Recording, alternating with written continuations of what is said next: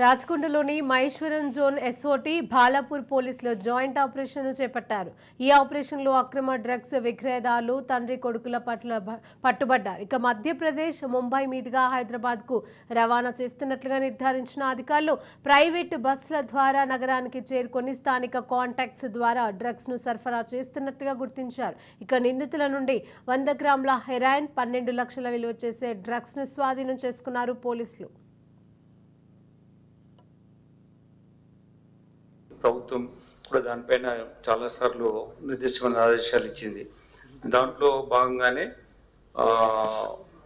Task force officials చేసినటువంటి ఈ important ఆపరేషన్లో ఒక interstate criminal gang involve father and son ఇద్దరు ఉన్నటువంటి గ్యాంగ్ను అరెస్ట్ చేయడం జరిగింది.